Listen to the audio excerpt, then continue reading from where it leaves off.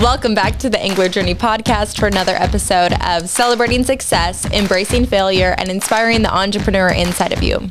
I'm your host, Emily Frenzen, and today I am thrilled to welcome my friend, Brayden Petersen, into the studio. Brayden is the founder of Peterson Perspective, a business focused on creating custom art. But the fun part of the story is that he started the business to pay off an engagement ring for his fiance, soon-to-be wife. Brayden, go ahead and introduce yourself. Tell us a little bit about your background and where you're from before we dive into the start. Hi, yeah, thanks for having me on. So I'm Brayden Petersen, as you said. I'm a senior here at UNL in my final semester. I grew up in Minden, Nebraska, so south central Nebraska, on a family farm, just a row crop operation. And I guess that's really all that I can think of right now. Yeah. Oh, I'm an ag econ major. Did I say that? That's great. I love to hear all the details. So tell us a little bit about your business. What do you do, as if we've never heard of it before? Tell us about it. Yeah, so I started Peterson Perspective, and what it is, it's custom drawings for whoever really wants them. It's a great way to give gifts to your loved ones, your family, or just to have for yourself. So like the trend and the most common one is people are wanting portraits done of either them or them with a significant other or just family members, sometimes family portraits and stuff. And it's a really big trend right now to do kind of like a line drawing, so it doesn't have faces. And so that's been like the biggest seller. So I've done all sorts of different sizes, basically any size you want. I think the biggest size I've really done is an 8x10, just because like people really don't want that big of a picture, evidently. And I've done all the way down to like a 2x2 or like wallet size ones. And so I've done mainly people, family portraits, a couple landscapes. I can do anything, I guess, that you would like. I really enjoyed doing the first landscape that I did. It was a barn for one of our friends. And that was a fun one to do, to change it up from just doing people all the time, because I grew up not really drawing people that often. I would a little bit, but mainly just did deer, horses, cattle, mainly animals. And then when I started to get around the age of driving, I got really into drawing vehicles. So I like draw my pickup and my friends' vehicles and things like that. And so that's really kind of how I got into drawing, I guess. And so it was a hobby that kind of turned into a little bit of business, I guess. Yeah. When did you first start drawing? I've kind of always just doodled a little bit. Like my grandpa, he was a really good artist. And like I'd always love to sit down with him, and like he taught me how to draw horses and stuff. So I guess I didn't really grow up with a phone. I was 12 when I got my first phone, and it was just, a typical flip phone, like nothing special, could barely text or anything on it. So like whenever we'd go on car rides or anything like that, I would just take a sketchbook with me, and I would just ask my family, hey, what should I draw? And I draw it. And what should I draw now? They probably got annoyed with me, but I just would draw basically anytime that I was in a car. Or, the older I got and started having classes, like I started to just doodle a little bit on my notes, and sometimes it turned into a little more spacing out than paying attention, but sometimes it was just a good way to help me focus every once in a while, I guess. Do you have a favorite piece of art that you've done? Well, there's a couple different genres, I guess. So probably my favorite, like most meaningful one that I've done was I did it for my mom for her birthday. And so I had a sister that passed away at birth. She was born premature. I only lived 10 minutes. It was way before I was born. And then we lost my grandma 2 years ago. And then we lost my grandpa the last May, I believe. And so like my mom like just turned 60. Maybe I shouldn't say, age her or not, but we had a big celebration and stuff. And my sister asked if I could do a drawing. And so I did a drawing of, it was Jesus holding my little sister as a baby in his arm, and then holding the hand of my grandma. And then my grandma was holding the hand of my grandpa, like looking up at him. And I put a little bit more facial features in that because, I guess personally, it didn't quite look like my grandparents without adding more facial features, because it was kind of a side profile, not a straight on. So I added a few more facial features for that. And it was super cool to watch my mom open it. And her siblings were there too. And they all started getting teary eyed, and just like my mom's super proud of it and has it displayed on the kitchen island, and I have to tell everyone about it. And so like that's probably my most like meaningful like favorite in that way. But then my other favorite is, I actually drew it during a plant science lecture my sophomore year. I got a new pen, and I'm like, hey, this pen writes really nice. I'm like, I wonder how it draws. And so I drew an antelope, and it's just on scratched paper, but it's probably the best antelope that I've ever drawn. And I just really enjoy having that. And I guess I'm just proud of the way it turned out, and that it was with a pen, because I normally do pencil. Yeah, that is so awesome. What makes you proud of a piece of art when you're done with it? One, like probably the biggest criteria is if it looks close to my reference, or if it looks close to how I want it to go, if I was just thinking of it and not looking at a reference. And then two, just how much time was put into it. Like if I was enjoying my time during it, or if I was like, okay, let's just get this one done. So I guess those would be the two biggest pieces of criteria on whether I enjoy it or am satisfied with it or not. Yeah, totally. Yeah. Totally. I would love to hear why you do what you do. Why did you start the business? Yeah. So my reason for starting the business is a little unconventional. I bought a ring for my fiance, Kelly, and realized how much money I actually spent.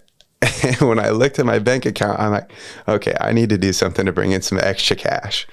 And I had done a few little drawings for Kelly, just like to leave at her desk to surprise her. And she's like, well, you should do this as a business. I'm like, no one would go for it or anything like that. And so the day I bought the ring, I'm like, well, I guess I'm going to launch the business. So I started an Instagram page and got it like 3 or 4 orders in the first week. And so it just kind of worked out, I guess, a little bit to start it. Not very conventional, a little bit unique. And it wasn't really ever something that like, oh, I have to do this as a business, but it's something that I do enjoy doing. It's kind of like a de-stressor for me, but it's also really cool because it generates just a little bit of money with each piece, and yeah, just can make people happy, I guess.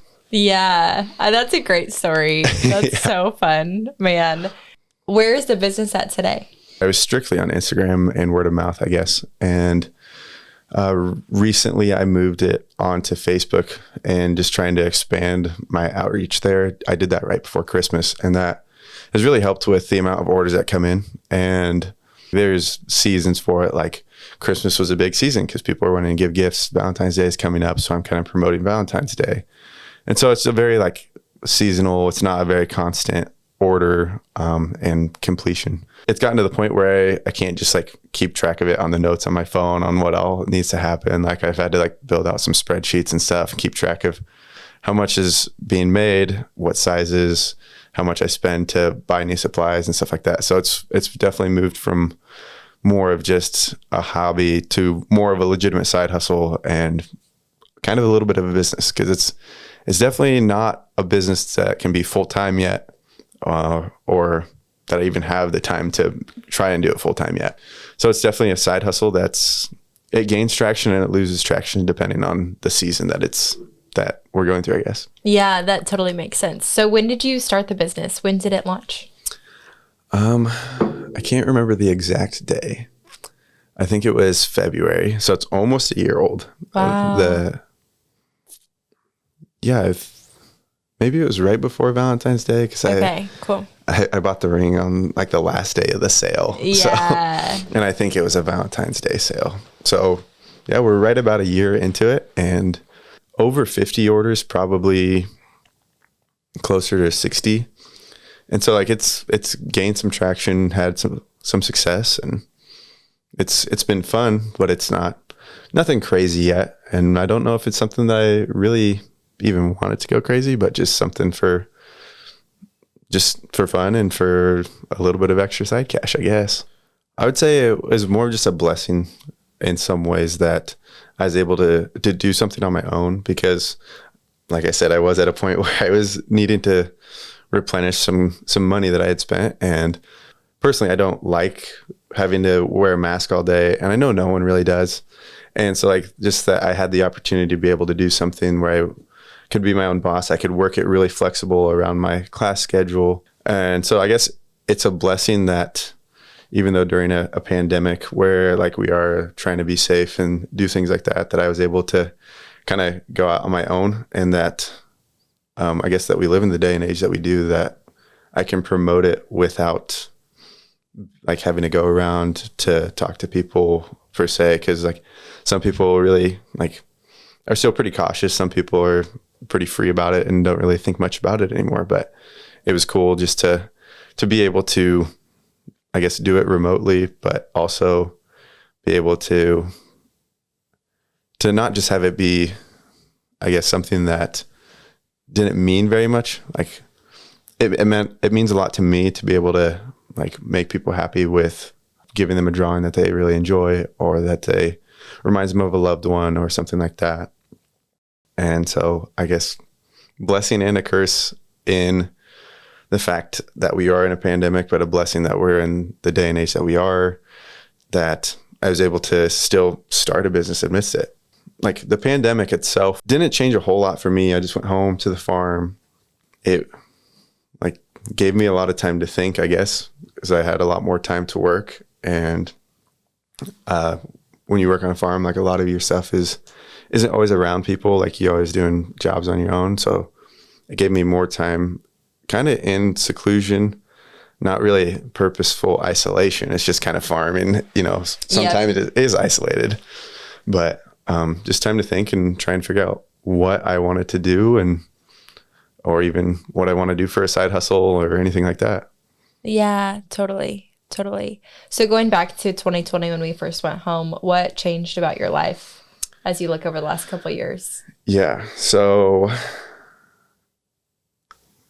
honestly, for me, there's probably more things that have changed for the better. Wow. When I think about it.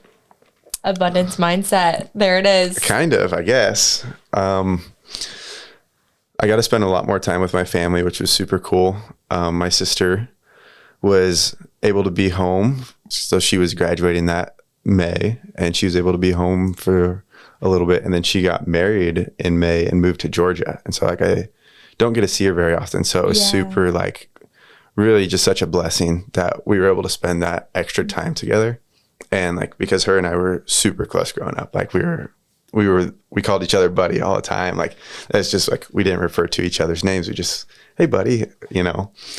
And then like, I was able to get some extra time with both my grandparents from my mom's mom and dad, because they both passed away in 2020 and 2021.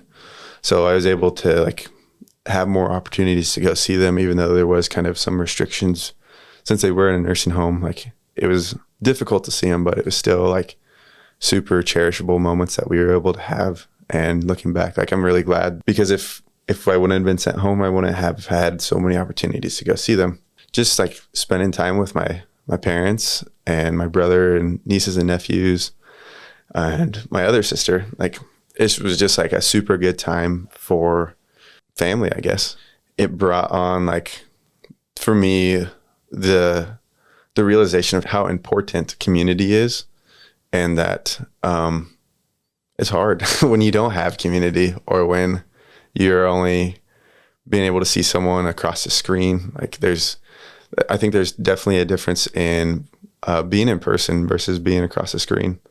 Another blessing from the pandemic was I was able to work more. So then I was able to afford a ring to buy. So now I'm engaged. And then I did have a little bit of like extra money, and not a ton, but when my sister moved to Georgia, she took our dog. So then I was able to buy a puppy, and he's my pride and joy. His name is Rhett. He's a golden retriever, and we go hunting all the time. And I just love him so much. But like, that's just a huge blessing, like from the pandemic, that when I think back about the COVID pandemic as a whole, The only thing that I see negative is more so just like minor inconveniences. Like I feel like it's helped make people a lot more intentional about their time that they get to spend with each other.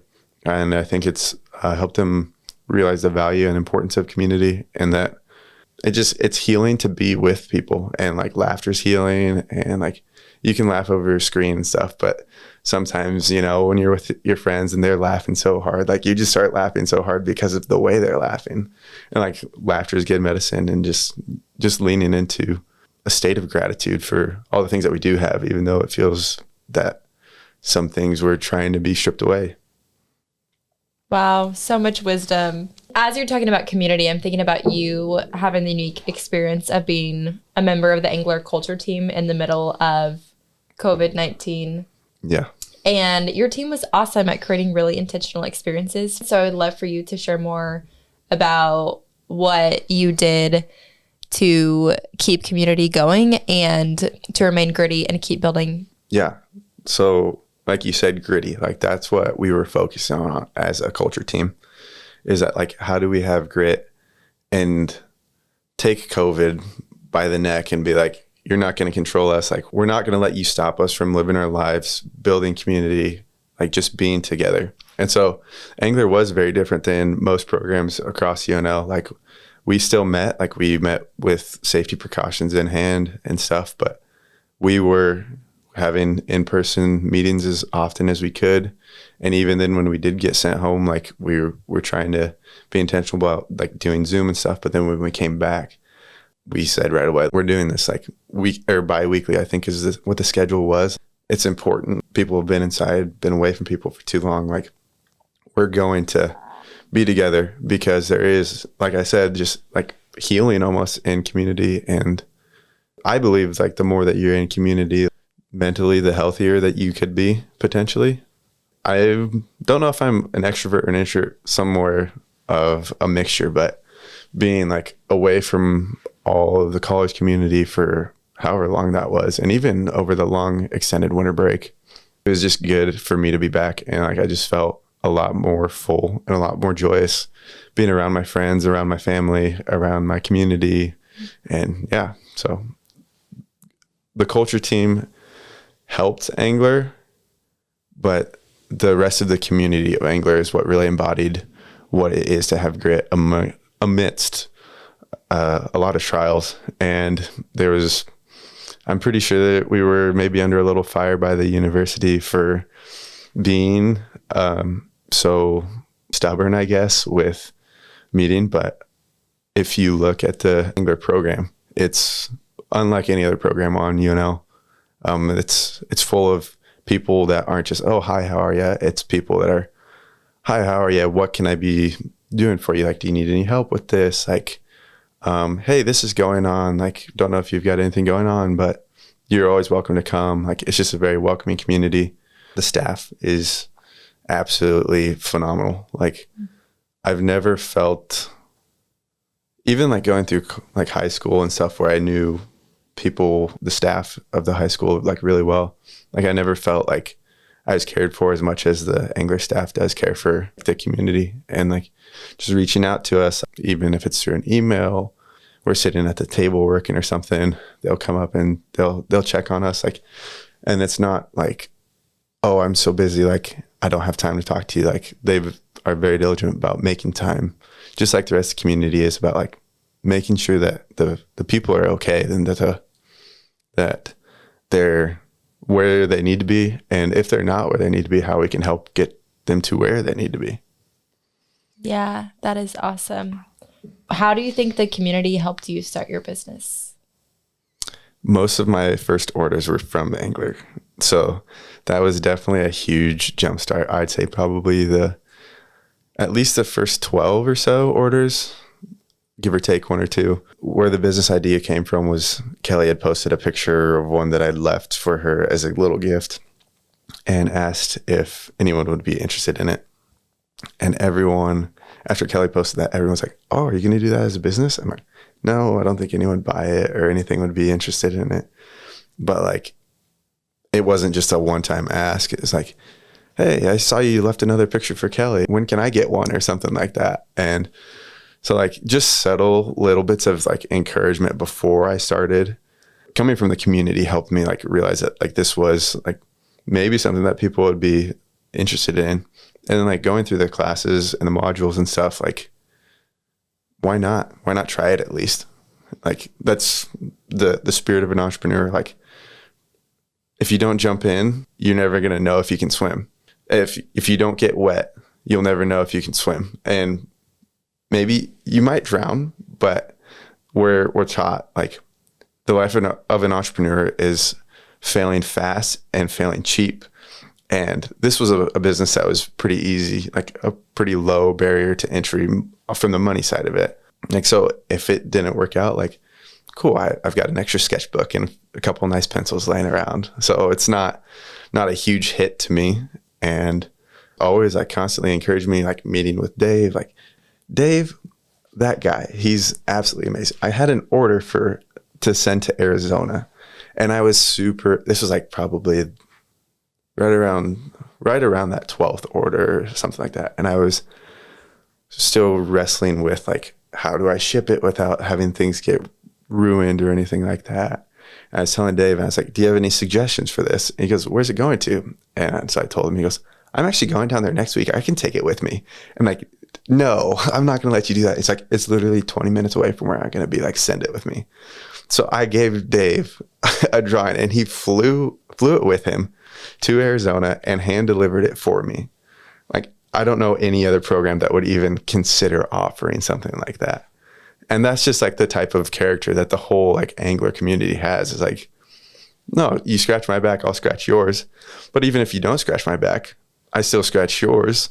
And like, I'm going to help you out where you need help. And I know like if by me helping you out, maybe you don't help me out, but hopefully like you'll help someone else out, and you'll see how important it was, because that was a big business step for me. Like I was wrestling a lot, and we've talked about the peaks and valleys of an entrepreneur. Like, I can do this. Oh no, I can't. Like, I'm going to fail. Like, this isn't going to work. And like just wrestling through that, and the fact that they don't leave us alone in it has been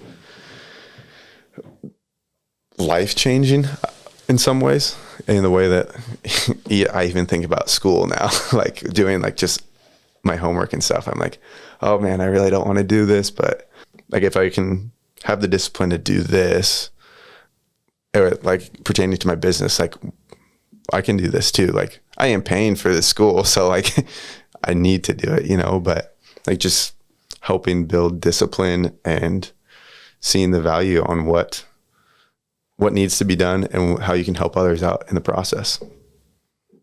Did that answer the question? Man, so many great tidbits. This is just amping me up. It's really great. Would you consider yourself a lifelong learner? And second question, would you consider yourself to be multi-passionate? Yes, to both. Nice. There's definitely something in me that, and it's not with everything, but sometimes something will come up and I'm just like, I've got to like just find everything out about this that I can. Like, really weird, kind of funny story. I was at Kelly's house for Christmas, and I was going to bed and I wasn't tired yet. And I was like, for whatever reason, a platypus came into my mind. And so I spent like 2 hours researching platypus, and like, just cause like I was curious. So like I wanted to learn what I could about it. And they're only in New Zealand, and they've got poison in their spurs that are on their back feet that are actually lethal to humans. And so I put it on my bucket list to find a platypus and see it in real life. Like just random things like that. Like for an example, like there's all sorts of stuff. And then, can you repeat the last? Being multi-passionate. Yes. Yes. I would definitely say yes on that. I'm super passionate about the outdoors, like hunting, fishing, trapping, just being out there, taking pictures and stuff of wildlife. Like yesterday, there's a flock of geese landed on the north side of campus. And so I stopped and I was like, had my binoculars out, was looking through them and just taking pictures of them. And like most people probably don't think a goose is that pretty of a bird. It's just brown, a little bit of gray and black. But to me, like a goose is like just beautiful in like the way it's created. And like the way like its feathers start super small up by its bill, and then they get bigger and then go back smaller around its eyes, and then the way that their colors like transition, because like there's a stark line at the bottom of their neck where it's black up to the top, and then there's a white ring kind of around their eye, well, underneath their eye. But then like when you look at a goose, you might just see gray, or you might see a little bit of brown. But when you look up close to a goose, like there's all sorts of different shades, and it's almost like an iridescent, like the way the sun hits it can change the colors of it. And like just looking to see like the natural beauty within the outdoors. Like, so waterfowl has become a huge passion of mine in the last few years. Another angler community member, Carlos Munoz, got me hooked on duck hunting.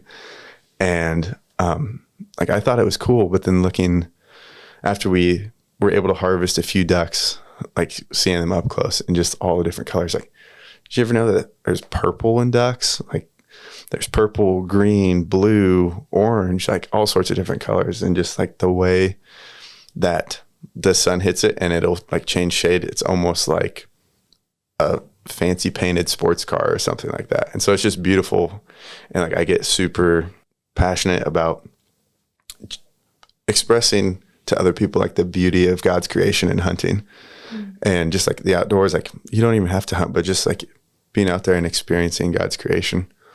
And then like I am passionate about drawing, not as passionate as I would say about hunting per se, but I can go home and I can kind of merge those two passions. Like one of the pieces that I haven't started working on that I want to work on for myself is like a really detailed picture of a dog, like retrieving a duck. And like, it's something that I've really wanted to do for a while and just haven't sat down and done it yet. But like, that's merging like two passions there. And then like my passion for the Lord and for like what he did for us. I dove headfirst into the salt company here at UNL. It's a college ministry, and we've gone around campus evangelizing to random strangers. And I got super pumped up by that. Like, praise God, like that he gave me the encouragement to do so, because that's the last thing I want to do is go up and start a conversation with some random person. But there's one thing in life that matters if you ride on it. And that is that you're created by a holy God, and that he loved you so much that he would send his own son, his only son, to die for us on the cross, that while we were still sinning, like before we cleaned ourselves up, before we did anything like that, before we grew up and got a job, before we did anything like that, before we just had anything figured out, like he willingly humbled himself and came down on this earth as a baby and had to grow. And he lived 30 years. And then he lived 33 years, but 30 years growing, learning, and everything, just like every other human. And he was tempted in every way, just like we are. And yet he did it without sin. And he spent the last 3 years of his life, having 12 guys that just followed him around and just teaching, creating all sorts of miracles and stuff. And just explaining to people why he's there.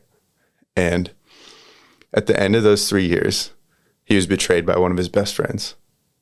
And he knew it was going to happen, but he still willingly let it happen. And he has sovereign power over, like, he could have prevented it, but he knew that there's no way that he could love us and not do it.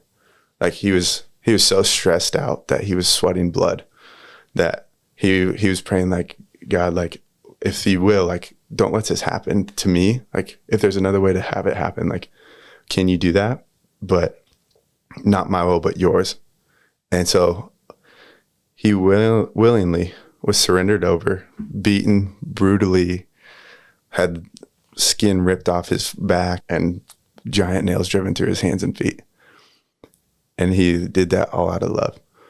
And he died one of the most brutal deaths that there was, or probably the most painful death that you could ever imagine, even to this day.